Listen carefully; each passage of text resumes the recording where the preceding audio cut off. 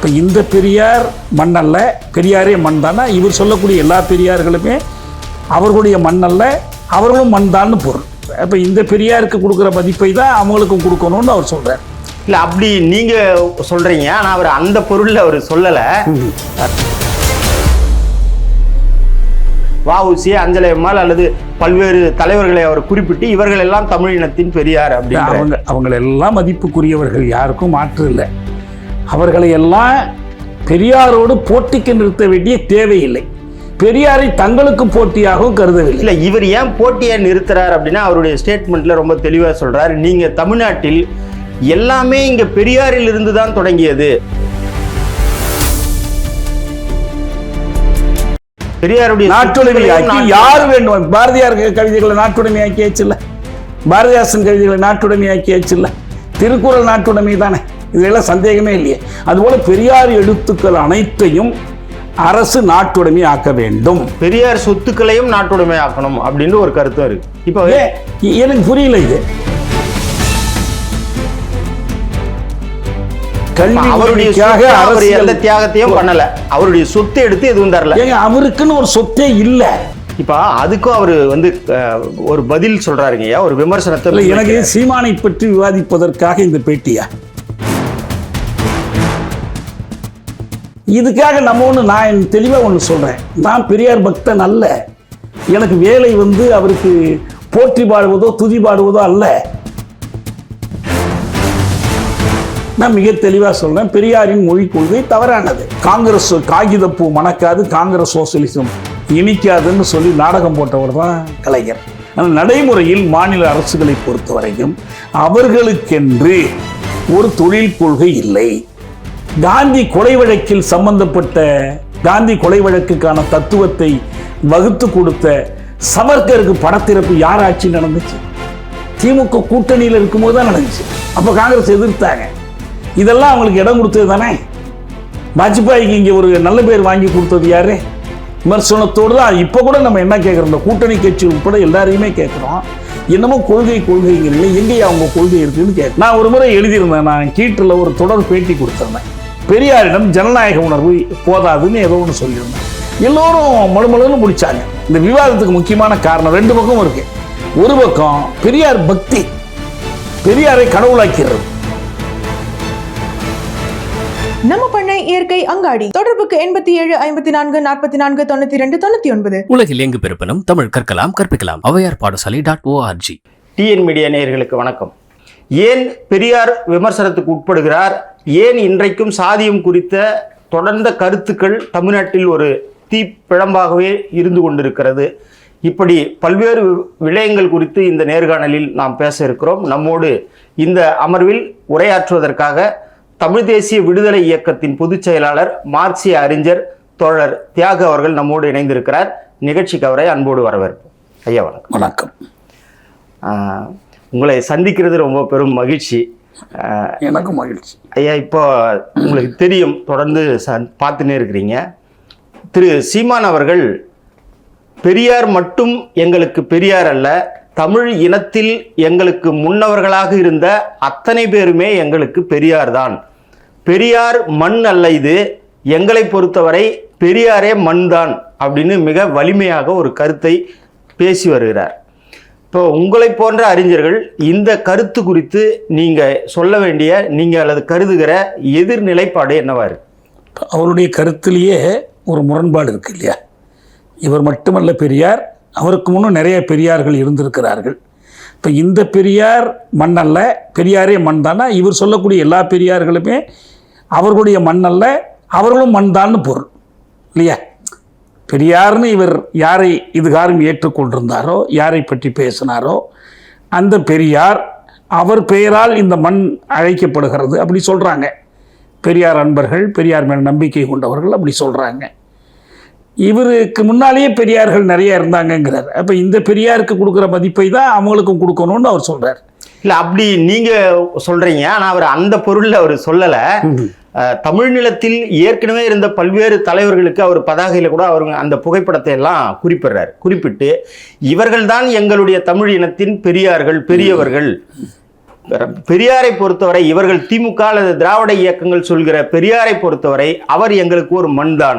அவர் வந்து ஒரு உதாரணத்துக்காக ஒரு பேர் எடுத்துக்குவோம். இப்போ வ.உ. சிதம்பரனாரை அவர் முன்னால் இருந்து பெரியாருங்கிறாங்க. இவ்வளவு காலமும் பெரியார் ஈவேரா என்று அழைத்தது போல் இவர் இன்றைக்காவது பெரியார் வ.உ.சி என்று அழைத்திருக்கிறாரா, பெரியார் திருவிக்க என்று அழைத்திருக்கிறாரா? அதுலேருந்து என்ன தெரியுதுன்னா, பெரியார் என்பது ஈவேரா பெரியார் அவர்களுக்கு ஒரு சிறப்பு பெயராகவே வந்துவிட்டது. அதை தான் அவர் என்ன கேள்வி எழுப்புறார், தமிழர்கள் இத்தனை காலமும் ஒரு விழிப்புணர்வு இல்லாமல் இருந்தார்கள். திட்டமிட்டு இந்த திராவிடவாதிகள் பெரியாரை, ராமசாமி என்கிற ஒரு நபரை தந்தை பெரியார், தமிழர்களுக்கெல்லாம் தந்தை என்று இவர்கள் நிறுவி விட்டார்கள். இப்ப நாங்க எங்களுடைய தலைமுறை விழித்து கொண்டது முன்னவர்கள் செய்த தவறை நாங்க செய்ய மாட்டோம். எங்களுக்கு பெரியவர்கள் வ.உ.சி, அஞ்சலை அம்மாள் அல்லது பல்வேறு தலைவர்களை அவர் குறிப்பிட்டு இவர்கள் எல்லாம் தமிழ் இனத்தின் பெரியார் அப்படின்னு அவங்களெல்லாம் மதிப்புக்குரியவர்கள், யாருக்கும் மாற்று இல்லை. அவர்களை எல்லாம் பெரியாரோடு போட்டிக்கு நிறுத்த வேண்டிய தேவையில்லை. பெரியார் அவர்களை போட்டியாக கருதவும் இல்லை. பெரியார் காலத்தில் அந்த பெரியவர்கள் வாழ்ந்தவர்கள் யாரும் பெரியாரை தங்களுக்கு போட்டியாகவும் கருதவில்லை. இல்லை, இவர் ஏன் போட்டியை நிறுத்துறார் அப்படின்னா அவருடைய ஸ்டேட்மெண்ட்ல ரொம்ப தெளிவாக சொல்றாரு. நீங்க தமிழ்நாட்டில் எல்லாமே இங்க பெரியாரில் இருந்து தான் தொடங்கியது. பெரியார் வந்த பிறகுதான் நாங்கள் கல்வி கற்றோம். பெரியார் வந்த பிறகுதான் இங்க பெண்களுக்கு உரிமை வந்தது. பெரியார் வந்த பிறகுதான் இங்க எல்லா சீர்திருத்தமும் நடந்தது. இப்படி எதற்கெடுத்தாலும் பெரியார் பெரியார் பெரியார் என்று இந்த திராவிடவாதிகள் நிறுவுறாங்க. அதனால் நாங்கள் பெரியாரை எதிர்க்க வேண்டிய தேவை இருக்கின்ற. அதான் இப்போ என்ன கேள்வின்னா, இந்த ஞானோதயம், இந்த விழிப்பு எந்த காலகட்டத்தில் சீமானுக்கு வந்திருக்கிறது, இதை தான் நம்ம புரிந்து கொள்ளணும். எந்த காலகட்டத்தில் பெரியாரை இளைஞர்கள் பெரியாரை வாசிக்க தொடங்குறாங்க, பெரியாரிடமிருந்து எழுச்சி பெறுறாங்க, அறிவூட்டம் பெறுறாங்க. பெண்களை பொறுத்த வரைக்கும் உலக அளவிலேயே பெரியாரை போற்றுறாங்க, பெரியார்கிட்ட பாடம் கற்க முயற்சி பண்ணுறாங்க. பெண் ஏன் அடிமையானால்னு அவர் எழுதியதை எல்லோரும் பரவலாக எடுத்துக்கொண்டு படிக்கிறாங்க. இது இப்போ நீங்க சொல்றதெல்லாம் இப்ப நடந்துகிட்டு இருக்கு. அப்படி நடக்குதுன்னு சொன்னா, ஒரு காணொலியில நீங்க பார்த்திருப்பீங்க, சுபவி வந்து ஏதோ ஒரு கருத்தை சொல்லியிருக்கிறார். அந்த காணொலியில கீழே போய் எல்லாரும் வந்து அவரை திட்டுறாங்க. அவரே மறு காணொலி போடுறாரு. பெரியாரிய தோழர்களாவது எனக்கு ஆதரவாக வந்து ஒரு கருத்து போடக்கூடாதா, எல்லாரும் வந்து என்னை இப்படி திட்டுறாங்களேன்னு அவரே வருத்தப்பட்டு வெளியிடுறாரு. சமூகம் இன்னைக்கு நீங்க பெரியாருடைய ஆதரவு இருக்கு, இளைஞர்கள் பெரியாரை பின்பற்றுறாங்க அப்படின்னு சொன்னால் இந்த நிலை எப்படி உருவாக? சமூக ஊடகங்களில் வந்து கருத்து தெரிவிக்கிறவர்களை மட்டும் வைத்துக்கொண்டு ஒரு கருத்துக்கான ஆதரவையும் எதிர்ப்பையும் அளவிட முடியாது. இல்ல, நம்ம களத்திலையும் பாக்குறோங்க. நீங்க பொதுவாகவே களத்துல பாருங்க, ஒரு காலத்தில் கருப்பு சட்டை அணியிறது, பெரியாரிய தோழர்கள்னு சொல்றது அப்படின்றது இருந்தது. இன்றைக்கு ஆனால் கல்லூரிகளில் படிக்கிற மாணவர்களோ கிராமங்களில் இருக்கிறவர்களோ இது சார்ந்த தோழர்களாக இணைந்து பெரியாரிய கருத்தை பரப்புவது, பெரியாரிய சிந்தனையை புது வெளியில் அல்லது கிராமங்களில் மக்கள் மத்தியில் கொண்டு செல்வது அப்படின்ற பணி செய்யறாங்களா அப்படின்ற கேள்வி பார்த்தாலும் ரொம்ப குறைவாக தான் இருக்கு. இல்லை, நான் அப்படி கருதலை. இப்போ வந்து ஐஐடியில் பெரியார் பேரில் ஒரு படிப்பு வட்டம் இருக்கு. உலகெங்கும் இருக்கிற பல்கலைக்கழகங்களில் எல்லாம், உலகெங்கும் நான் சொல்கிறேன், லண்டன், வாஷிங்டன், நியூயார்க், டொரண்டோ, எல்லா இடங்களிலும் பெரியார் அம்பேத்கர் படிப்பு வட்டங்கள் இயங்குது. பெரியாரை பற்றி தமிழ்நாட்டில் செய்யப்படுகிற விமர்சனங்களுக்கு வேறு பல்கலைக்கழகங்களில் படிக்கக்கூடிய பெண்கள், அறிஞர்கள் அதுக்கு விடை சொல்லி கொண்டிருக்கிறாங்க. எனவே பெரியார் என்று வாசிக்கப்படுகிறார். பெரியார் பரவலாக பெரியாரை எடுத்து கையாளுகிறார்கள். நீங்க சொல்றது ஒரு அறிவு தளத்துல ஐஐடியில அல்லது பிற பல்கலைக்கழகங்கள்ல சொல்றீங்க. நான் குறிப்பிடுவது ஒரு காலத்தில் கிராமங்களில் கூட கருப்பு சட்டை அணிந்து கொண்டு பகுத்தறிவை, குடியரசை, உண்மை போன்ற இதழ்களை படிக்கிறவர்களை நான் பார்த்திருக்கிறேன். ஆனால் இன்றைக்கு அடுத்த தலைமுறை அதை கைப்பற்றி, உதாரணத்துக்கு ஒரு பெரியாரிய தொண்டர் வீட்டிலிருந்து வர அவருடைய மகன் பெரியாரிஸ்டாக இருக்கிறாரா அப்படின்ற கேள்வியை நான் உங்ககிட்ட முன்வைக்கிறேன். அதாவது பெரியார் மக்கள் இயக்கமாக செயல்பட்ட பகுதிகளில் நடந்ததை பற்றி நீங்கள் சொல்கிறீங்க. இப்போ மக்கள் இயக்கமாக இன்றைக்கு இருக்கணும்னு சொன்னால் பெரியார் இயக்கத்தை வழிநடத்துகிறவர்கள் ஒரு மக்கள் இயக்கமாக மக்கள் சிக்கல்கள் மீதான போராட்டத்திற்கு வழிநடத்தும் போது அது இருக்கும். ஆனால் ஒரு அறிவுத்தளத்தில் தான் இன்றைக்கு பெரியாரை எல்லோரும் கொண்டாடுகிறார்கள். அதை அப்படி மாற்ற வேண்டியது, செயலுக்குரிய முழக்கங்களாக மாற்ற வேண்டியது யாருடைய பொறுப்புன்னு சொன்னால் அது களத்தில் செயல்படுகிறவருடைய பொறுப்பு.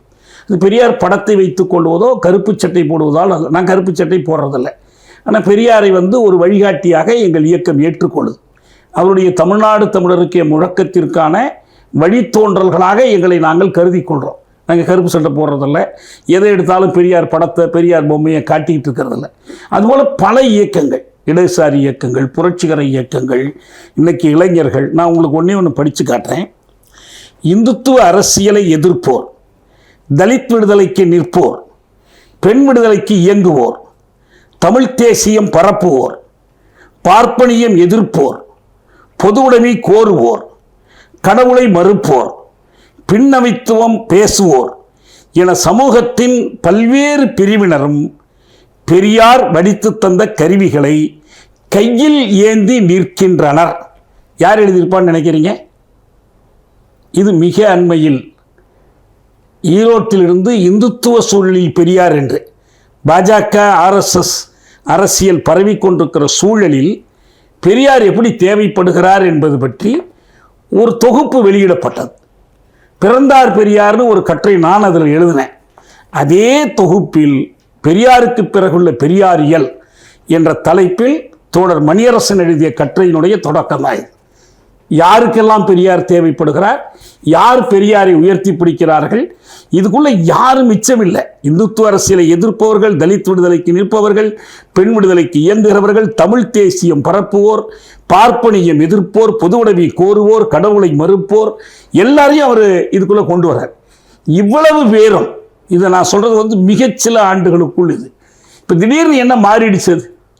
இப்போ இதில் ஒரு தோழர் சீமானை பொறுத்த வரைக்கும் அவர் தான் பெரியாரை பற்றி என்ன புதிதாக படித்தார், சமூக இயக்கங்களிடமிருந்து என்ன படிப்பினை கற்றுக்கொண்டார், எந்த அடிப்படையில் பெரியாரை மீளாய்வு செய்தார், எந்த அடிப்படையில் அந்த மீளாய்வை தன்னுடைய தோழர்களோடு விவாதித்தார், அவர் அமைப்பினுடைய தலைமை மற்றதில் விவாதித்தார், எப்படி இந்த முடிவுக்கு வந்தார். ஏன்னா நமக்கு நல்லா என்ன தெரியும்னா, இந்த இயக்கம் அவர் தனியாக ஒரு கட்சி தொடங்கின பிறகு ஆண்டுதோறும் பெரியாருக்காக அவருக்கு வணக்கம் செலுத்துகிற நிகழ்வை அவர் நடத்தியிருக்கிறார். அவங்க அலுவலகத்தில் நடத்தியிருக்கிறார். தெருக்களெல்லாம் பெரியார் படத்தை போட்டு இவர் வணங்குகிற சுவரொட்டியெல்லாம் ஒட்டியிருக்கிறார். இப்போ எப்போ நடந்துச்சு இது? நான் ஒரு தேதி மணிக்கணக்கெல்லாம் கேட்கல. எந்த காலச்சூழலில் நடந்துச்சு?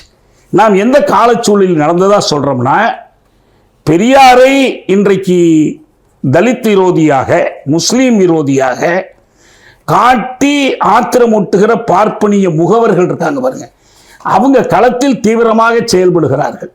அவர்களுக்கு எதிராக பெரியாரை, பெரியாருடைய நிலைப்பாட்டை உயர்த்தி பிடிக்கிற இப்போ தோழர் மணியரசன் சொன்ன இவர்களெல்லாம் செயல்படுகிற இந்த நேரத்தில் அவர் தன் கருத்தை மாற்றிக்கொண்டார். அவர் எதுக்கு மாற்றிக்கிட்டாலும் எனக்கு அவருடைய நோக்கம், உள்நோக்கம்லாம் கற்பிக்கலனா.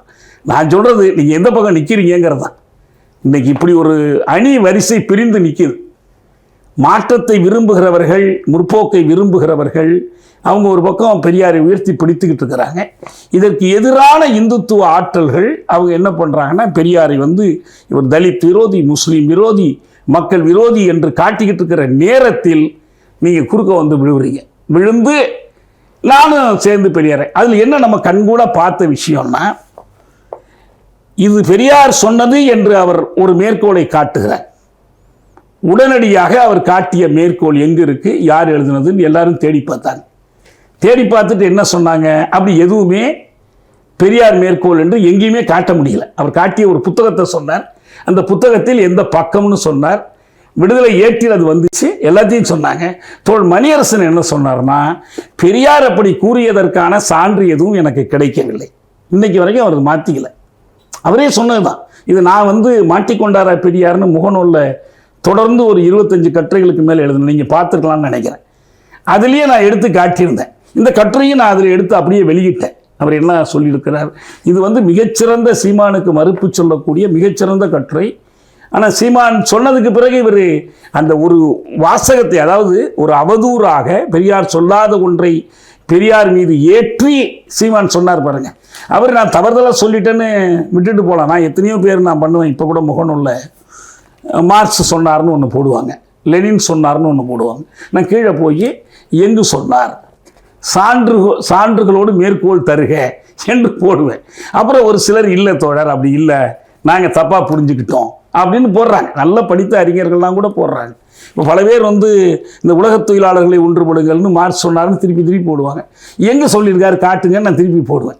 ஏன்னா அவர் சொன்னது அனைத்து நாடுகளின் தொழிலாளர்களை ஒன்று சேருங்கள் என்று தான் போடுறார். இப்படி இதை உலகத் தொழிலாளர்னு சொல்கிறதா அனைத்து நாடுகளின் தொழிலாளர்கள்னு சொல்கிறதா என்று ஒரு விவாதமே நடந்து எங்கெல்ஸ் முடிவு சொல்கிறார். அனைத்து நாடுகள் தான் சொல்லணும் என்று. அப்படி தவறாக மேற்கோள் காட்டுகிற போது அதை தவறாக புரிந்து கொண்டவர்கள் அதை மாற்றிக்கிறாங்க. ஆனால் சீமான் அப்படி மாற்றிக்கலாமே, நான் இல்லாத ஒன்றை சொல்லிவிட்டேன், எனக்கு இந்த நண்பர்கள் தவறாக எடுத்து கொடுத்துட்டாங்க அந்த மேற்கோளை என்று சொன்ன முடிஞ்சு போச்சு. இல்லை, அவர் அந்த விடயத்தில் வேற இன்னொரு விமர்சனத்தை முன்வைக்கிறார். பெரியார் திடலில் பெரியாருடைய புத்தகங்களை இவங்க உள்ள பூட்டி வச்சிருக்கிறாங்க. அப்ப பூட்டி வச்சுட்டு எங்கிட்ட சான்று காட்டுங்கன்னு சொன்னா எங்கிருந்து சான்று காட்டுறது? சான்று இல்லைன்னு எல்லாவற்றையும் ரொம்ப நல்லா இருக்கு, ரொம்ப நல்லா வெளியிடுங்க. செந்தில் மலர் புத்தகத்திலிருந்து சான்று காட்ட முடியுது இல்லாத ஒன்றை, இல்லையா? இப்ப எனக்கு சான்று இல்லைங்கிறீங்க, சான்று இல்லாம எப்படி நீங்க சொல்றீங்க? சான்று இல்லை என்று சொன்ன பிறகு எனக்கு சான்று இல்லாதால் என்னால் நிரூபிக்க முடியவில்லை, ஆனா பெரியார் சொன்னாருங்கிறதுக்கு எனக்கு சான்று கிடைக்கல, ஆனா பூட்டி வச்சுட்டாங்கன்னு சொல்ற விமர்சனம் இருக்கு பாருங்க, முற்றிலும் தவறு. தோழர் குளத்தூர் மணி அவங்க இயக்கம் சார்பில், பெரியார் திராவிடர் கழகம் சார்பில் அன்னைக்கு முழுமையாக குடியரசு தொகுப்புகள் அனைத்தையுமே வெளியிட்டிருக்கிறாங்க. அரசுடைமையாக்கல, அரசு வெளியிடலன்னு சொன்னா இப்ப நம்மளும் கேட்கிறோம். தமிழக அரசு எங்க இயக்கத்தினுடைய கோரிக்கை என்னன்னா, தமிழக அரசு பெரியாருடைய எல்லா எழுத்துக்களையும் நாட்டுடைமையாக்கணும். பெரியார் சொத்துக்குன்னு அவர் குடும்பமோ வாரிசுகளோ யாரும் அப்படி இல்லை, யாரும் உரிமை கொண்டாட மாட்டாங்க. அவர் எல்லாவற்றையும் சுயமரியாதை பிரச்சார நிறுவனத்திற்கு தான் கொடுத்துட்டு போயிருக்கிறார். எனவே இதிலிருந்து அவங்களுக்கு ஒரு உரிமை தொகை அரசு கொடுத்தால் அதுக்கு எதுக்கு பயன்படும்? அந்த சுயமரியாதை பிரச்சார நிறுவனத்துக்கு தான் பயன்பட போகுது. அதனால எந்த கஷ்டமும் இல்லை, யாரும் எடுத்துட்டு போயிடுவாங்க, பயப்பட வேண்டிய அவசியமே இல்லை. அப்ப அரசு அதை நாட்டுடைமை ஆக்க வேண்டும், அது சரியான கோரிக்கை. பெரியாருடைய நாட்டுடைமை ஆக்கி யார் வேண்டும்? பாரதியார் கவிதைகளை நாட்டுடைமை ஆக்கியாச்சு இல்ல, பாரதிதாசன் கவிதைகளை நாட்டுடைமை ஆக்கியாச்சு இல்ல, திருக்குறள் நாட்டுடைமை தானே, இதெல்லாம் சந்தேகமே இல்லையே. அதுபோல பெரியார் எழுத்துக்கள் அனைத்தையும் அரசு நாட்டுடைமை ஆக்க வேண்டும். பெரியார் சொத்துக்களையும் நாட்டுடைமை ஆக்கணும் அப்படின்னு ஒரு கருத்தும் இருக்கு. இல்ல, பெரியார் சொத்துக்கள் என்பது பெரியார் பேர்ல, பெரியார் குடும்பத்தினர் பேர்ல, யார் பேர்ல இல்ல. சுயமரியாதை நிறுவனத்திற்கு மட்டும். சுயமரியாதை நிறுவனத்தை யார் இப்ப நிர்வகிக்கிறாங்க? அந்த அமைப்பு யாரை தேர்ந்தெடுத்து வச்சிருக்கோ அவங்கதான் நிர்வகிக்கணும். அதுதான் அரசே அதை ஏற்கணும். ஏற்கணும். இப்ப எனக்கு புரியல இது. இல்ல, இவங்க ஏவிஎம் பட கம்பெனி இருக்கு, எல்லாரும் டிக்கெட் வாங்கி படம் பார்த்து தான் ஏவிஎம் பட கம்பெனிக்கு இவ்வளவு சொத்து சேர்ந்துச்சு. ஏவிஎம் அப்ப நாட்டுல எந்த தனி உடைமையும் கூடாதுன்னு சொன்னீங்கன்னா தாராளமா. அவர் என்ன சொல்றாரு, இப்ப பெரியாருக்கு முன்பு இருந்த பச்சையப்பன் முதலியார் தமிழ்நாட்டில் இருந்த ஏழை எளிய பிள்ளைகள் படிப்பதற்காக ஒரு கல்வி நிறுவனத்தை அவர் தொடங்கி இருக்கிறார்.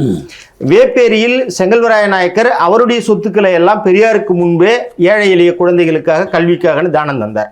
அப்படி பெரியார் ஏதாவது தன்னுடைய சொத்துக்களை இந்த மண்ணில் வாழ்கிற பிள்ளைகளுக்காக ஏதாவது செஞ்சிருக்கிறாரா?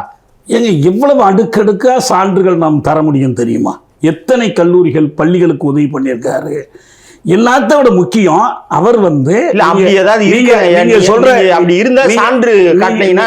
நீங்க சொல்லக்கூடிய அந்த செட்டியாரு, நீங்க சொல்லக்கூடிய அந்த முதலியார் மாதிரி அவர் தனிப்பட்ட வணிகரோ முதலாளியோ சொத்து சேர்த்து கொண்டிருந்தவர் அல்ல. அவர் இயக்கமாக வாழ்ந்தவர். எனவே இயக்கத்துக்கு தான் எல்லாத்தையும் சேர்த்து வச்சார். இல்ல, நான் கண்கூட பார்த்தார். அவர் இந்த சமுதாயத்திற்காக போராடினார், சீர்திருத்தம் செய்தார், அதெல்லாம் சரி. இந்த கேள்வியை கேட்கறது தேவையில்லாத மாதிரி தமிழ்நாட்டில் இருந்த பிள்ளைகள் ஏழை எளியவர்கள் கல்வி கற்கணும். அவர் தான் பெரியார் வந்ததான் கல்வி பரவலாச்சின்னு சொன்னார். பெரியாருடைய அந்த கல்விக்காக பெரியார் என்ன செஞ்சார்? அந்த கேள்வி பெரியாருடைய பங்களிப்பு என்பது இயக்க பங்களிப்பு, கல்வி உரிமையை பரப்பிய பங்களிப்பு. அவருடைய தியாகத்தையும் பண்ணல, அவருடைய சொத்தை எடுத்து எதுவும் தரல. அவருக்குன்னு ஒரு சொத்தே இல்ல. பெரியார் மிகப்பெரிய செல்வந்தர். அவர் ஈரோட்ல அதெல்லாம் சேர்மனாக இருந்தார். வாழ்க்கையினுடைய தொடக்கத்துல அவர் இருந்தார், எல்லாம் சரி. பெரியார் திடலுக்கு வந்த பிறகு இப்ப இவ்வளவு சொத்துக்கள் இன்னைக்கு பெரியார் இதெல்லாம் எப்படி வந்ததுங்க? எப்படி வந்துச்சு? இயக்கம் நான் பார்த்திருக்கிறேன். சரி, இயக்கத்தின் மூலமா வந்தது, அதை மக்களுக்காகவே கொடுத்துட்டு போயிருக்கலாமே. ஏன் அது அவர் ஒரு இயக்கம் நடத்துறாரு, அந்த இயக்கத்தின் கையில அது இருக்கு எல்லாமே. இப்ப நான் இருக்கிறேன்னு வச்சுங்க, எனக்கு இயக்கத்துக்கு தான் நான் சொந்தம். எனக்கு இவங்களுடைய கேள்வி என்ன அப்படின்னா, அவரை போய் கேட்க சொல்லுங்க. கேள்வி அது போய் இந்த திராவிடர் கழகம் தான் திமுக போன்ற கட்சிகளை இயக்குது, சுமக்குது. இவர்கள் இந்த கட்சிக்கு பக்கபலமாக இருந்து கொண்டு இந்த வேலையை தமிழ் மண்ணில் திராவிடத்தை திணிக்கிறார்கள். ஏங்க அவங்க விருப்பங்க. திராவிடம்னு ஒரு கொள்கையை அவர்கள் பரப்புறாங்க, திணிக்கிறாங்கன்னா என்ன போலீஸ் ஸ்டேஷனில் கொண்டு போய் வச்சு லாடம் கட்டி திராவிடத்துக்கு கையெழுத்து போட சொல்கிறாங்க. அவங்க கருத்து பரப்புரை செய்கிறாங்க, அவங்களுக்கு இருக்கிற ஊடகங்களை பயன்படுத்துகிறாங்க, ஏடுகளில் எழுதுகிறாங்க. நீங்களும் தாராளமாக செய்யுங்க, யார் வேண்டாங்கிறா? அதிலெல்லாம் ஒன்றும் தடையே இல்லையே. ஒரு ஜனநாயக நாட்டில் எந்த கருத்தை வேண்டுமானாலும் பரப்பலாம். பெரியாரை நாங்கள் பார்ப்பது ஒரு பணக்காரர் அறக்கட்டளை வைத்தார், சொத்து கொடுத்தார், அவர் பச்சைப்பார் மாதிரி செஞ்சார், வேற ஒரு அப்படி நான் அவங்க பார்க்கல. பெரியாரை பொறுத்தவரை அவரை பற்றி நான் சொல்ல விரும்புவது என்னன்னா, தமிழ் இனத்தின் தன்மான அடித்தளம், சமூக நீதி புத்தமைப்பின் உழைக்களம், தந்தை பெரியார் விடுதலை சிந்தையின் விளைநிலம். இதான் பெரியாரை பற்றிய என்னுடைய கணிப்பு. இந்த வேலைகளை மட்டும்தான் நான் அவர்கிட்ட நான் எதிர்பார்க்கிறேன். வேறு எதையும் அவர்கிட்ட நான் எதிர்பார்க்கல. இதுதான் எங்களுக்கு வேண்டியது. எந்த தேர்தல் பதவியையும் நாடியவர் அல்ல. தமிழ்நாடு தமிழருக்கே என்று இறுதி மூச்சு வரை தயங்காமல் முழங்கி கொண்டிருந்தவர். சட்டை எரிப்பு போராட்டம் நடத்தி ஆயிரக்கணக்கான தொண்டர்களை சிறைக்கு அனுப்பியவர். இதையெல்லாம் யாருமே தமிழ்நாட்டில் செய்யலை, பெரியார் தான் செய்தார். அந்த பெரியாருக்காக தான் நான் பேசுகிறேன். அவர் என்னென்ன சொத்து வச்சிருந்தாரா, அவர் சட்டம் போட்டிருந்தாரா, அவர் எதை விற்று கொடுத்தாரு, இதெல்லாம் தேவையில்லாத ஆய்வு. பெரியாரை பற்றி பேசுவதற்கு அது அற்பத்தனம். இப்போ அதுக்கும் அவர் ஒரு பதில் சொல்றாருங்கய்யா, ஒரு விமர்சனத்தை. எனக்கு சீமானை பற்றி விவாதிப்பதற்காக இந்த பேட்டியா? பெரியாரை பற்றி என்ன தெரிஞ்சுக்கணும்னு கேளுங்க, பெரியாரை பற்றி உங்கள் விமர்சனத்தை சொல்லுங்க. அவருக்கு கூட கொள்கை ரீதியான விமர்சனம் இருந்தால் சொல்லுங்க. அந்த விமர்சனத்துக்கு யார் பேசினாலும் நான் பதில் சொல்ல தயாராக இருக்கிறேன். ஐயா, இப்போ நீங்கள் சொன்னதுலேருந்து நான் கேட்குறேன், இப்போ தமிழ்நாடு தமிழருக்கே அப்படின்னு முழங்கியவர் பெரியார் அப்படின்னு சொல்கிறீங்க. புதுவெளியில் எல்லா இடத்துலையும் இன்றைக்கி விமர்சிக்கிறது, தமிழை பெரியார் இழிவு செய்தார், தமிழை ஒரு சனியன்னு சொன்னார் அப்படின்னு சொன்னதாகட்டும், அல்லது இன்னொன்று நீங்கள் சொல்வதிலிருந்து நான் கேட்குறேன், பெரியார் தான் இங்கே இந்துத்துவாவுக்கு எதிராக இருந்தார், பகுத்தறிவை பேசினார், பெண் உரிமையை பேசினார் அப்படின்னு சொன்னால், பெரியாருக்கு முன்பே அத்திப்பாக்கம் வெங்கடாசல நாயகர் இருந்தார். அவரே பெரியாரே சொல்லியிருக்கிறார், எனக்கு முன்பு இப்படிப்பட்ட ஒரு அறிஞர் இருந்திருக்கிறார், அவரை பற்றி நான் கேள்விப்படுகிறேன், ஏதாவது தகவல் இருந்தால் எனக்கு தெரிவியுங்கள் அப்படின்னு அவர் குடியரசில் விளம்பரம் வெளியிட்டார் அப்படின்னு கூட சொல்கிறாங்க. இப்போ இந்த மாதிரியான தமிழ் நிலத்தில் இருந்தவர்கள் ஏன் பெரியாரை போல பொது வெளியில் அரசால் அல்லது மக்கள்கிட்ட கொண்டு போக எது தவறி? நம்ம கடமைங்க. இப்போ நம்ம பேராசிரியர் அரசு இருக்காரு, அத்திப்பாக்கம் வெங்கடாசல நாயக்கர் பற்றி அவங்க வெளியிட்ட ஏடு செய்த பணிகளை எல்லாம் எடுத்து பேசியிருக்கார். நம்ம பாரதியாரை பற்றி பேசியிருக்கிறீங்க, பாரதிதாசனை பற்றி பேசியிருக்கீங்க. தமிழ் ஒளியை பற்றி என்னைக்காவது பேசியிருக்கிறீங்களா? தமிழ் ஒளின்னு ஒரு பெரிய கவிஞர் இருந்தார், இல்லை பாரதிதாசனுடைய மாணவர். இதெல்லாம் நம்ம இயக்கங்களில் இருக்கிற குறைபாடுகள். அரசுகிட்ட இருந்துச்சுன்னா அரசுகிட்ட நம்ம சுட்டி காட்டலாம், ஏன் இதை பற்றியெல்லாம் நீங்கள் செய்யலை அப்படின்னு நம்ம கேட்கலாம். ஒன்றும் இல்லை, பெரியார் ஆகாயத்திலிருந்து குதித்தவர் அல்ல, சுயம்புவாக ஒரு கருத்தை ஏற்படுத்திட்டார். இல்லை, கடந்த கால கருத்துக்களுடைய தொடர்ச்சி தான். கார்ல் மார்க்ஸ் என்ன தானாகவா மார்க்சியத்தை கொண்டு வந்தார்? அவருக்கு முன்னால் ஹெகல் இருந்தார், அவருக்கு முன்னால் ஃபியர்பேக் இருந்தார், அவருக்கு முன்னால் பொருளியல் கோட்பாடுகளை ஆடம் ஸ்மித் இருந்தார், டேவிட் ரிக்கார்டோ இருந்தார். இவங்களுடைய தொடர்ச்சியாகத்தான் மார்க்ஸ் வந்தார். மார்க்சியத்திற்கென்று தோற்றுவாய்கள் உண்டு, பெரியாருக்கும் தோற்றுவாய்கள் உண்டு. பெரியாருக்கு முன்னாலே இரட்டைமலை சீனிவாசன் பணி செய்தார், அயோத்திதாச பண்டிதர் சிலை பணி செய்தார். ஒவ்வொரு துறையிலும் அவருக்கு முன்னோடிகள் உண்டு. இவ்வளவு தூரம் நம்ம பெருசாகவே பேச வேண்டாம். புத்தர் இல்லையா? புத்தர் இல்லாமலா பெரியார் அம்பேத்கர் வந்தாங்க? திருவள்ளுவர் இல்லாமலா பெரியார் வந்தார்? இவங்க எல்லாமே முன்னோடிகள் தான். இதுக்காக நம்ம நான் தெளிவாக ஒன்று சொல்கிறேன், நான் பெரியார் பக்தன் அல்ல. எனக்கு வேலை அவருக்கு போற்றி பாடுவதோ துதி பாடுவதோ அல்ல. பெரியார் ஒரு அறிவு ஆயுதம். அவரே என்ன சொன்னார்? அறிவு கொளுத்துதல்னு சொன்னார்.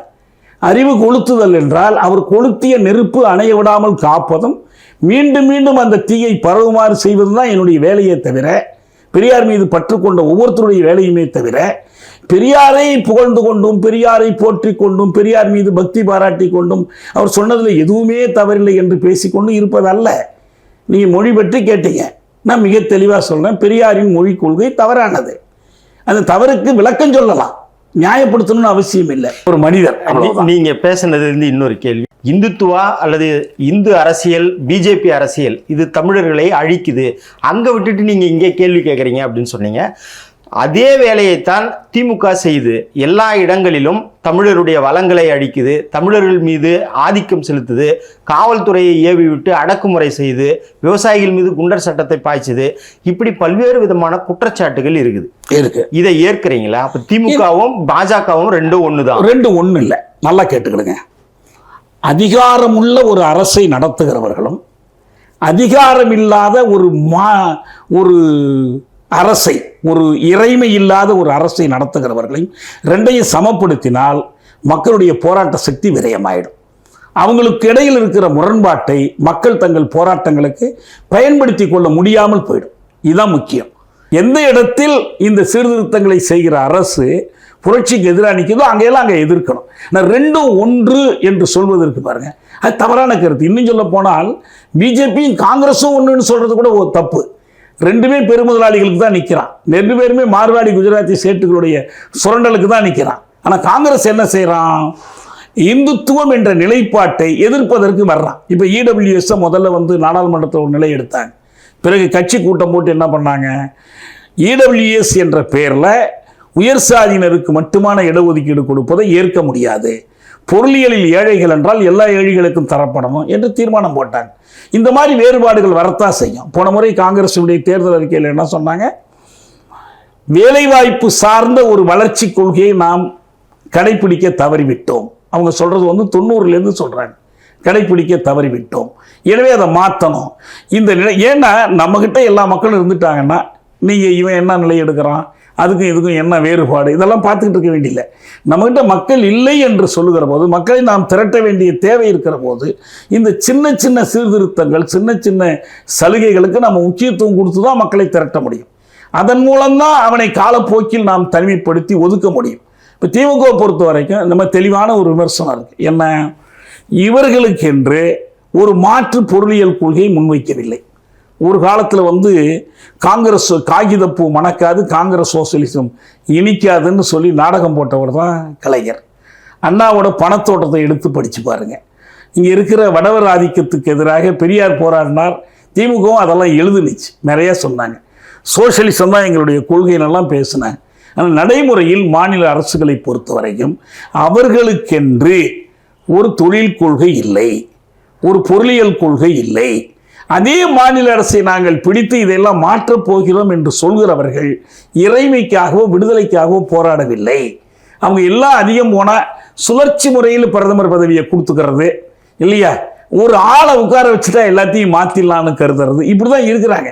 அப்படி இருக்கும்போது நாம் என்ன செய்ய வேண்டியிருக்குன்னா, இன்னைக்கு எழுந்திருக்கிற ஒரு பெரிய ஆபத்து ஒரு பாசிச ஆபத்து. இது ஒரு பார்ப்பனியம் என்பது பாசிசம் என்று அம்பேத்கர் சொன்னார்.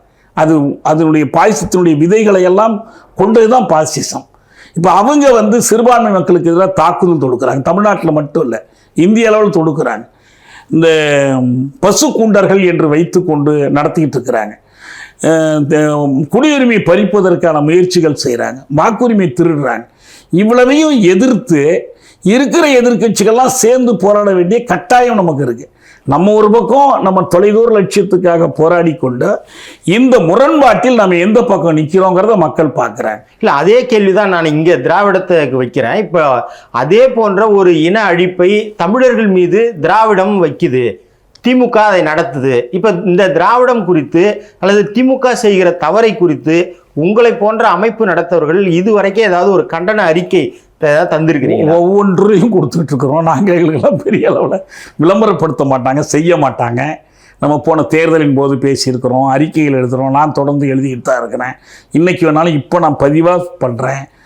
திமுக அரசு கடைபிடிக்கணும். இன்னும் கூட சொல்கிறேனே, ஒன்று சொல்கிறேன் பாருங்கள். உத்தரப்பிரதேசத்தில் மாயாவதி கொண்டுட்டு பாஜக கால் ஊன்றுவதற்கு இடம் கொடுத்தார். அதுதான் இன்னைக்கு ஊப்பியில் நச்சு மரமாக வளர்ந்து நிற்குது. தமிழ்நாட்டில் அந்த வேலையை கலைஞர் கருணாநிதி செய்தார். இது வெளிப்படையான விமர்சனம். நாடாளுமன்றத்தில் காந்திக்கு செலவச்சிட்டு காந்தி கொலை வழக்கில் சம்பந்தப்பட்ட காந்தி கொலை வழக்குக்கான தத்துவத்தை வகுத்து கொடுத்த சவர்கருக்கு படத்திறப்பு யார் ஆட்சியில் நடந்துச்சு? திமுக கூட்டணியில் இருக்கும்போது தான் நடந்துச்சு. அப்போ காங்கிரஸ் எதிர்த்தாங்க. இதெல்லாம் அவங்களுக்கு இடம் கொடுத்தது தானே. வாஜ்பாய்க்கு இங்கே ஒரு நல்ல பேர் வாங்கி கொடுத்தது யாரு? இதெல்லாம் நம்ம வெளிப்படையாக விமர்சிக்கிறோம். நீங்க விமர்சனத்தோடு தான் இப்ப கூட நம்ம என்ன கேட்கிறோம், இந்த கூட்டணி கட்சிகள் உட்பட எல்லாரையுமே கேட்கிறோம், என்னமோ கொள்கைங்கிறீங்களே, எங்கேயா அவங்க கொள்கை இருக்குன்னு கேட்கிறோம். ஒரு கட்சியால எவ்வளவு துணிச்சலா நான் அங்கேயும் பேசுறேன் இங்கேயும் பேசுறேன், யார் அதிக இடம் கொடுக்குறாங்களோ அங்கே போறேன்னு எப்படி பேச முடியுது? எப்படி அந்த கட்சியை நீங்க பரிசீலனையில் வச்சிருக்கிறீங்க? வேணாம் தூக்கி எறிஞ்சிட்டு போக வேண்டியதானே. அப்போ நீங்கள் என்ன சொல்லணும், எங்கள்கிட்ட சில கொள்கைகள் இருக்குப்பா, இந்த கொள்கைகளை ஏற்றுக்கிட்டா இடத்த பற்றி பேசுவோம். கொள்கைகளை பற்றியே பேசாமல் இடம் மட்டும்தான் உனக்கு முக்கியம்னா உனக்கு எனக்கு உறவு இல்லைன்னு சொல்ல முடியாது. திமுகவும் சொல்ல முடியாது, திமுக கூட்டணி கட்சிகளும் சொல்ல முடியாது. ஏன் உங்கள்கிட்ட ஒரு குறைந்தபட்ச வேலை திட்டமே இல்லையே? ஒரு குறைந்தபட்ச வேலை திட்டம் இருக்கணும்ல. காங்கிரஸ்காரன் வந்து எனக்கு அதிகாரத்தில் பங்கு கொடுக்குறான், அதிகாரத்தில் வந்து நீ என்ன கொள்கையை செயல்படுத்த போற? நீ மும்மொழி கொள்கைன்னு சொல்ற, நாங்கள் இருமொழி கொள்கைன்னு சொல்கிறோம். உன் கையில் கல்வித்துறையை கொடுத்தா நீ என்ன இந்தி பாடத்தை கொண்டு வர போறியா, நவோதயா பள்ளியை கொண்டு வர போறியா? திமுக இந்த கேள்வி கேட்கணுமே. எதுக்கு தாஜா பண்ணுறாங்க? ஒரு நயத்தல் கொள்கை எது கடைபிடிக்கிறாங்க? அவனும் கேட்கறதில்ல, இவங்களும் கேட்கறதில்ல. எனவே இது எல்லாத்தையுமே விமர்சனம் பண்ணிக்கிட்டு தான் இருக்கிறோம். தமிழ்நாட்டினுடைய உரிமைகளுக்காக போராடணும், ஆற்றல் உரிமைக்கு போராடணும், கல்வி உரிமைக்கு போராடணும், பண்பாட்டு உரிமைக்கு போராடணும். எனவே எல்லாரையும் நம்ம எதிரியா வச்சுக்கணும். அப்படிதான் போராட வேண்டிய நிலைக்கு நாம இருக்கிறோம். இல்ல இல்ல இல்ல, கோயில்களில் தமிழ் தேவாரங்கள் ஒழிக்கப்படணும்னு போராடுவோம். திமுக அரசு கைது பண்ணுது. அதாங்க, கைது பண்ணா நீங்க மீண்டும் போராடுங்க. யாருக்கு ஆதரவாக இருக்குது? இல்லைங்க, நீங்க அவர்கள் இந்த தமிழ் கொள்கையை, தமிழ் வழிபாட்டு கொள்கையை, தமிழ் பண்பாட்டு கொள்கையை உறுதியாக கடைபிடிக்கவில்லை, முன்னுக்கு பின் முரணாக இருக்கிறார்கள். நீதிமன்றத்தில் வழக்கு போடுறாங்க, வழக்கில் இவங்க என்ன நிலைப்பாடு எடுக்கிறாங்க, இந்த நிலைப்பாட்டில் என்ன குறைபாடு இருக்குது, இதெல்லாம் எந்த மாற்றமும் இல்லை. இதன் அடிப்படையில் நீங்கள் ஆர்எஸ்எஸும் அவனும் ஒன்றுதான்னு சொல்லும்போது தான் சிக்கல் வருது உங்களுக்கு. அவன் என்ன பண்ணுறான், ஒரு கையில் அளவைக்கல்லை வச்சுக்கிட்டு இதுதான் வந்து தீபத்துன்னு ஒரு பொய்யை சொல்லி நீதிமன்றங்களை வளைத்து போட்டுக்கொண்டு அதை வைத்து ஒரு சமய கலவரத்தை, மத கலவரத்தை உருவாக்க முயற்சி பண்ணும்போது அதுக்கு இடம் கொடுக்காதீங்கன்னு இந்த அரசை கோர்றோம். அவங்க இடம் கொடுக்கலன்னா அதை நம்ம வரவேற்கிறோம். இதை வரவேற்கிறதுனால என்ன ஆகிடாதுன்னா, நீ இல்லை அவனும் ஏற்றிக்கிட்டோம், நீங்கள் சமரசப்படுத்தி கொடுங்க என்று நம்ம சொல்லலை. அதுதான், அங்கே தான் நிலைப்பாடுகள் தான் முக்கியம். மொத்தத்தில் நீங்கள் அவங்களையே விடுதலைக்காக நம்பி இருக்கிறீங்க, இன ஒடுக்குமுறை இல்லாத ஒரு சூழலை திமுக ஏற்படுத்தி நம்பி இருக்கிறீங்க, நீங்கள் தனியாக எதுக்கு இயக்கம் நடத்தணும்? நம்ம அதையெல்லாம் ஏற்றுக்கொண்டெல்லாம் நடத்தலை. நம்ம சொல்கிறது இன்னைக்கு இருக்கிற ஆபத்து, மோடி அரசு வந்திருக்கு, பாஜக தலைமையிலான இந்துத்துவ சக்திகள் அவர்கள் நிரந்தரமாக இந்த அதிகாரத்தை கையில் வைத்துக்கொள்ள முயற்சிக்கிறாங்க. நியாயமான நேர்மையான தேர்தலை நடத்த விட போகிறதில்ல. இதை எதிர்த்து போராடுவதற்கு எல்லா விதமான ஜனநாயக சக்திகளையும் ஒன்றுபடுத்தும். ஒரு தலைவரை மட்டும் பார்த்து ஒரு கட்சியை முடிவு பண்ணக்கூடாது, ஒரு மந்திரியை மட்டும் பார்த்து ஒரு கட்சியை முடிவு பண்ணக்கூடாது. அந்த மந்திரி அதற்கு பொருத்தம்னாலும் நம்ம எதிர்க்கிறோம், அது வேற செய்தி. அவங்களுக்கு பின்னால் இருக்கிற அணிகள், அவங்களுக்கு இருக்கிற வரலாறு, அவங்களுக்கு பின்னால் திரண்டிருக்கிற மக்கள் சமூகம், இவ்வளவையும் பார்த்து தான் நம்ம வந்து அந்த நிலைப்பாட்டை எடுக்கணும். அதை விடுத்து நம்ம வந்து எல்லாத்தையும் ஒன்று காட்டுவது யாருக்கு உதவும்னா அந்த முதன்மை பகைக்கு துணை செய்கிற வேலையாக அமையும். நான் மீண்டும் சொல்கிறேன், இப்போ வரப்போகிற தேர்தல் திமுக வாக்குறுதி கொடுக்க போகுது, அண்ணா திமுக வாக்குறுதி கொடுக்க போகுது, எல்லா கட்சியும் உறுதிமொழி கொடுக்க போகிறாங்க. எழுதி வைத்துக் கொள்ளுங்கள், யாரும் இந்த வாக்குறுதிகளை காப்பாற்ற முடியாது, முன்பு காப்பாற்றிய அளவு கூட காப்பாற்ற முடியாது. நான் வெளிப்படையாக சொல்கிறேன். அதாவது ஏற்கனவே நாங்கள் வந்து பாதி செஞ்சோமா, 75 செஞ்சோமா? நான் கேட்குறேன், நீ 75 செஞ்ச, ஏன் 25 செய்யலை? காரணத்தை கொஞ்சம் சொல்லு. நீ 100 செய்கிறேன்னு தானே வாக்கு கொடுத்தேன், ஏன் அப்புறம் 75%, 80%ன்னு பேசுகிறேன்? ஏன் மிச்சம் செய்ய முடியாதுக்கான என்ன காரணம்? இந்த காரணத்தை ஆராய போனால் நமக்கு ஒரு உண்மை புலப்படும். இப்போ கொடுக்கக்கூடிய வாக்குறுதிகள் பேரில் ஏன் காப்பாற்ற முடியாதுன்னு சொல்கிறோம். காப்பாற்ற முடியாதுன்னு நினைச்சே செய்ய முடியாது. இப்போ நம்ம ஒரு உதாரணம் எடுத்துக்குவோம். 1000 ரூபா உரிமை தொகை, எடப்பாடி அதெல்லாம் நடக்காதுன்னு சொன்னார். இப்போ 2000 ரூபா சொல்கிறார். நான் சொல்கிறேன் 3000 ரூபா இன்னொருத்தர் வாக்குறுதி கொடுக்கணும். முடியுமா? முடியும். எப்போ முடியும்? வேறு எல்லா செலவையும் நிறுத்திடணும். நீங்கள் வந்து பால் விலையை உயர்த்தணும், மின் கட்டணத்தை உயர்த்தணும், வீட்டு வரியை அதிகப்படுத்தணும், எல்லாத்தையும் மக்கள்கிட்ட சுரண்டி எடுத்து என்ன பண்ணலாம்னா இந்த ஒப்புக்கு திட்டங்களை கொடுக்கலாம். கொடுத்தாலும் என்ன வரும்? 1000 ரூபாய்க்கு 5 வருடத்துக்கு முன்னால் இருந்த மதிப்பு என்ன, இன்னைக்கு என்ன மதிப்பு? நீ கொடுக்கறதா சொல்ல 2000 ரூபாய்க்கு இன்னும் 2 வருஷம் கழிச்சு என்ன மதிப்பு இருக்க போகுது? டாலரோட ஒப்பிட்டு பாருங்க. மோடி ஆட்சி வரும்போது 56 ரூபா டாலர் மதிப்பு, இன்னைக்கு 90 ரூபாய். நீங்கள் இதில் ஏதாவது தலையிட முடியுமா தமிழக அரசு? இதில் ஏதாவது செய்ய முடியுமா? நீங்கள் டாலர் மதிப்பு குறையுது, குறைந்த மதிப்பை கூட நீங்கள் கொடுக்க முடியல. அமெரிக்காவில் என்ன சொல்கிறாங்க, டாலருக்கு வாங்குற தங்கம் வந்து குறைஞ்சு போச்சு, எனவே டாலருடைய மதிப்பு அங்கே குறைஞ்சு போச்சு. இவ்வளவு நெருக்கடிகளை எதிர்நோக்கணும்னா நமக்கு என்ன வேணும்? தமிழ்நாட்டுக்கு இறைமை வேண்டும், நமக்கு பொருளியல் இறைமை வேணும், தமிழ்நாட்டுடைய இயற்கை வளங்கள் நமக்கு சொந்தமாகணும். நீ அதானிக்கும் அம்பானிக்கும் விட்டு கொடுத்துட்டு எப்படி உன் வாக்குறுதிகளை நீ காப்பாற்ற முடியும்? சுத்தமாக இந்த புரிதலே இல்லாமல் இருக்கிறாங்க. அங்கிருந்து முதலீடுகளை வரவழைக்கிறேன்னு சொல்கிறீங்க. அந்த முதலீடுகளை பயன்படுத்தி ஒரு சமூக நீதி அரசு இங்கே தொழில் செய்யும். நான் இதை எத்தனையோ முறை பேசியிருக்கேன், நீங்கள் கேட்டதே இல்லை, பார்த்து பேசுனதே இல்லைன்னு நினைக்கிறீங்க. பெரியாரே எடுத்துக்கொள்ளுங்கள். பெரியார் அவர் நிறைய தவறுகள் பண்ணியிருக்கட்டும், இந்த தவறுகள் பல மோசமான தவறுகளாக கூட இருக்கட்டும், அது பல பாதிப்புகளை சமூகத்துக்கு ஏற்படுத்துகிற பாதிப்புகளாக இருக்கட்டும். ஆனால் இன்றைக்கு இவ்வளவு காலம் கழித்து இன்றைக்கு இருக்கிற அரசியல் சூழலில் திரும்பி பார்த்து பெரியாருடைய பணிகளின் ஒட்டுமொத்த விளைவை பார்த்து அவர் எந்த பக்கம்னு முடிவு பண்ண போகிறோமா, இந்த பிழைகளை வைத்து பெரியாரை முடிவு பண்ண போகிறோமா, இது ஒரு பக்கம். இதுக்கு தடையாக இருக்கிறது எது? இந்த விவாதத்துக்கு முக்கியமான காரணம் ரெண்டு பக்கமும் இருக்கு. ஒரு பக்கம் பெரியார் பக்தி, பெரியாரை கடவுளாக்கிறது, அவரை பற்றி எதுவுமே எந்த குறையும் சொல்லக்கூடாது. எதை சொன்னாலும் இப்போ நீங்கள் என்கிட்ட கேட்ட கேள்விக்கெல்லாம் நான் சொல்கிற விடை வேறையாக இருக்கும். நீங்கள் பெரியார் பக்தரை உட்கார வச்சு கேட்டிங்கன்னா அவர் வேற ஒரு விடை சொல்வார். நான் ஒரு முறை எழுதியிருந்தேன், நான் கீட்டில் ஒரு தொடர் பேட்டி கொடுத்துருந்தேன் அரசியல் பின்னணி குறித்து. பெரியாரை பற்றி ஒரு கேள்வி வரும், பெரியாரிடம் ஜனநாயக உணர்வு போதாதுன்னு ஏதோ ஒன்று சொல்லியிருந்தேன்.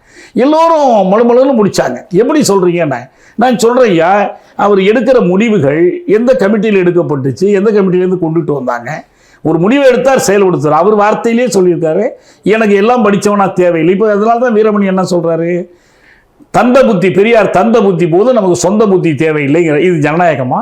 இது பகுத்தறிவா? இது ஏன் நம்ம கேட்க மாட்டோம்? தாராளமாக கேட்போம். ஆனால் நமக்கு இங்கே என்ன தேவைன்னா, இதை சொல்லி பெரியாருடைய பெரும்பணி இந்த சமூகத்திற்கு பயன்படாமல் அதை இழந்து விடாதீர்கள், வீணடித்து விடாதீர்கள் என்று நான் கேட்குறேன்.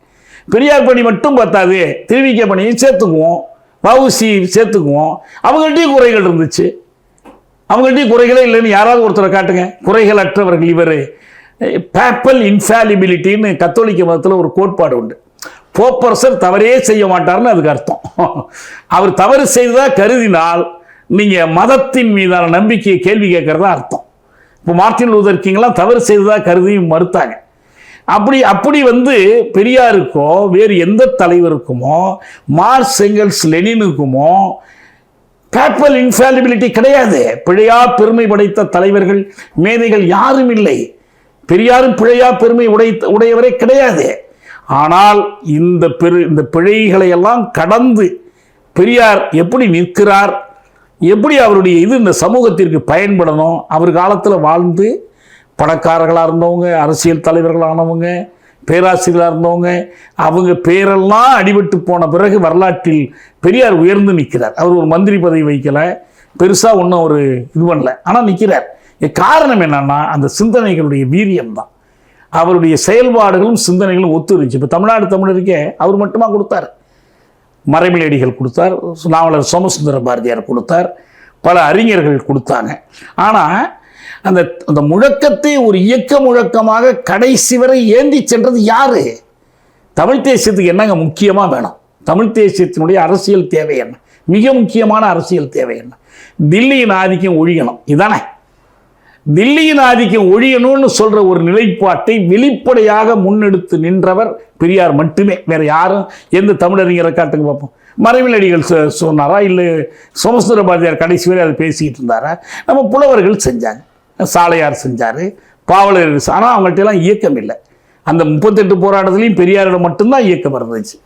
பெரியார் இயக்கம் என்பது பெரியார் பெயரை சொல்லுகிற இயக்கம், பெரியாரை வழிகாட்டியாக கொண்ட பல்வேறு இயக்கங்கள், பெரியாரின் முழக்கத்தை எங்கள் முழக்கமாக ஏற்றுக்கொள்ளுகிற எங்களை போன்றவர்கள் இருக்கிறோம்னா அது பெரியார் மட்டும்தான் இருக்கார். அதை எதுக்கு நம்ம இழந்துடணும்? அவங்ககிட்ட கொண்டு போய் ஒப்படைச்சிடக்கூடாதுன்னு சொல்கிறோம். அவ்வளோதான், வேற ஒன்றும் இல்லை.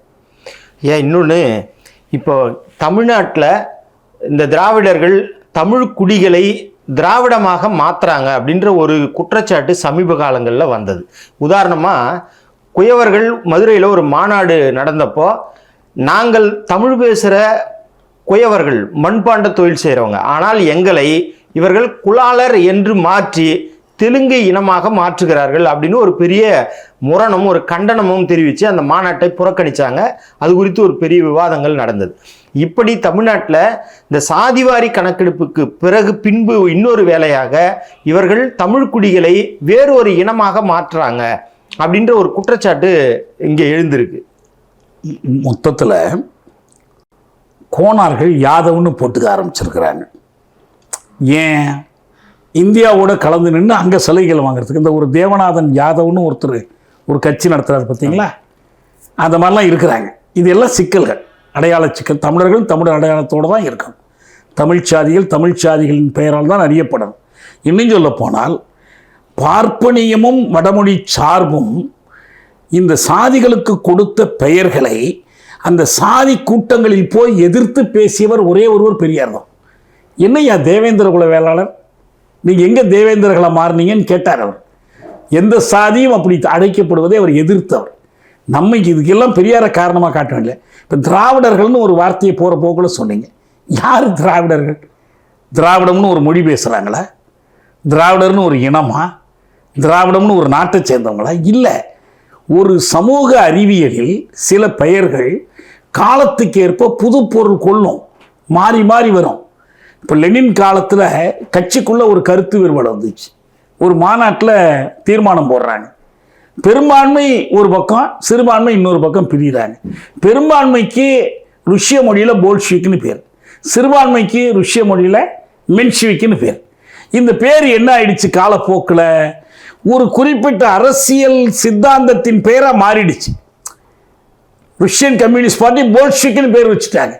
அவங்க பெரும்பான்மையா சிறுபான்மையா மென்ஷிக்குங்கிற பேர் அழிந்த பிறகும் இந்த போல்ஷிக் பேர் நிலைச்சு போச்சு. அதுபோல சில பெயர்கள் காலத்துக்கு ஏற்ப மாறும். திராவிடம் என்று சொல்வது ஒரு மொழி குடும்பத்திற்கு கால்டுவெல் கொடுத்த பெயர். உண்மையில் அது தமிழ் மொழி குடும்பம் தான். ஏன் திராவிட மொழி குடும்பம்னு கெடுத்தார்? அவருக்கு ஒரு உள்நோக்கம் கிடையாது. அவர் என்ன சொன்னார்னா, ஏற்கனவே எல்லீஸ் இருந்தார், அவர் ஒரு ஆய்வுகள் செய்து தமிழ் தனித்தியங்க வல்லது, தமிழில் வடமொழி கலப்புக்கு வேலை இல்லை என்று தமிழ் தெலுங்கு ரெண்டையும் சேர்த்து அவர் சொன்னார். யார்? எல்லீஸ். நம்ம எல்லீஸ் ரோடெல்லாம் இருக்குது பாருங்க, எல்லீஸ் நகர்லாம், அந்த எல்லீஸ் சொன்னார். 40 வயசுக்குள்ளே இறந்து போயிட்டார். அதனால் அவர் புத்தகங்கள் வரல. அதை கால்டுவெல் என்ன செஞ்சார்னா, தமிழ் தனித்திய பாவாணருடைய கால்டுவெல் பற்றிய வாசகத்தை மட்டும் நல்லா நினைவு வைத்துக் கொள்ளுங்கள். கால்டுவெல்லை பற்றி பாவாணர் சொல்கிறாரு, தமிழ் தனித்தியங்க வல்லது என்பதை உலகிற்கு அறிவித்தவர் கால்டுவெல் பெருமகனார். கால்டுவெல்லுக்கு முன்னால் இருந்தவங்க எல்லாருமே தமிழ் வடமொழியை சார்ந்து தான் இயங்க முடியும், நமக்குன்னு இலக்கணம் இல்லை, நம்மளும் நமக்கும் தாய்மொழி வடமொழி தான் சொல்லிக்கிட்டு இருந்த அந்த கருத்தை அடியோடு தகர்த்து, அப்பா அம்மா தாத்தா பாட்டி உறவு பெயர்கள் அனைத்தும் வேற்று மொழியிலிருந்து வந்தவை அல்ல, தமிழுக்கே உரியவை, தமிழுக்குரிய சொற்கள், தமிழுக்குரிய சொல்லியங்கள், தமிழுக்குரிய இலக்கண வடிவங்களை எல்லாம் எடுத்துக்காட்டி இது தனித்தியங்க வல்லதுன்னு முடிவுக்கு வந்தார். இது போல இருக்கிற மற்ற மொழிகள் இருக்கு பாருங்க, இந்த தமிழை ஒத்தி இருக்கிற மொழிகள், அவற்றில் செப்பமுற்ற மொழிகள் இந்த தெலுங்கு, கன்னடம், துளு, மலையாளம், இந்த மொழிகள்லாம் செப்பமுற்ற மொழிகள். இந்த மொழிகள் இவற்றுக்கெல்லாம் மூத்த மொழி தமிழ் தான் என்று அதையும் அவர் தான் சொன்னார். இது பாவாணர் எடுத்துக்காட்டார், கால்டுவெலுடைய சாதனையாக எடுத்துக்காட்டார். அதுக்கு பிறகு பதிமாறு கலைஞர் வந்தார், அதுக்கு பிறகு தேவனைய பாவாணர் வந்தார், இவங்கெல்லாம் வந்தாங்க. ரைட். இப்போ என்ன கேள்வின்னா, ஒரு மொழி குடும்பத்திற்கு அந்த பேர் ஏன் வைக்கிறார் அப்படின்னு சொன்னால், அவங்க எந்த வடமொழி இலக்கியங்களை சார்ந்து இவ்வளவு ஆய்வுகளும் செய்கிறாங்களோ அதில் வடமொழி அல்லாதவர்களை குறிக்கிற, சமஸ்கிருதம் சாராதவர்களை குறிக்கிற ஒரு சொல்லாக இந்த திராவிடம் என்ற சொல் வருது. இதை எதிர்த்து அவர் மொழி குடும்பத்துக்கு தான் பேர் வச்சார். திராவிட இனம்னாலாம் அவர் போடலை, திராவிட நாடுலாம் அவர் வரையறுக்கலை. இன்னும் சொல்ல போனால் இந்த திராவிட மொழிகளில் சில மொழிகள், செப்பமுறாத மொழிகள், கோண்டு மொழி இருக்கு, சந்தால் மொழி இருக்கு, இன்னைக்கு பாகிஸ்தானில் பேசப்படுகிற ஒரு மொழி, அதுவும் திராவிட மொழி. இது மொழி நூல் அடிப்படையில் தரப்பட்ட பெயர். தெலுங்கர்களோ மலையாளிகளோ கன்னடர்களோ துளு பேசுகிறவர்களோ அவர்கள் திராவிடர்கள் என்று சொல்வதோ அவர்களையும் தமிழர்களையும் சேர்த்து திராவிடர்கள் என்று அழைப்பதோ தவறு. இதுல எந்த மாற்றமும் இல்ல, இல்லை. என்னுடைய கேள்வி- தமிழர்களுக்கான இன்னொரு பெயர் தான் திராவிடர் என்று பயன்படுத்தப்படுவது. எப்படி பயன்படுத்தினாங்க அந்த வரலாறு தான் சொல்றேன்.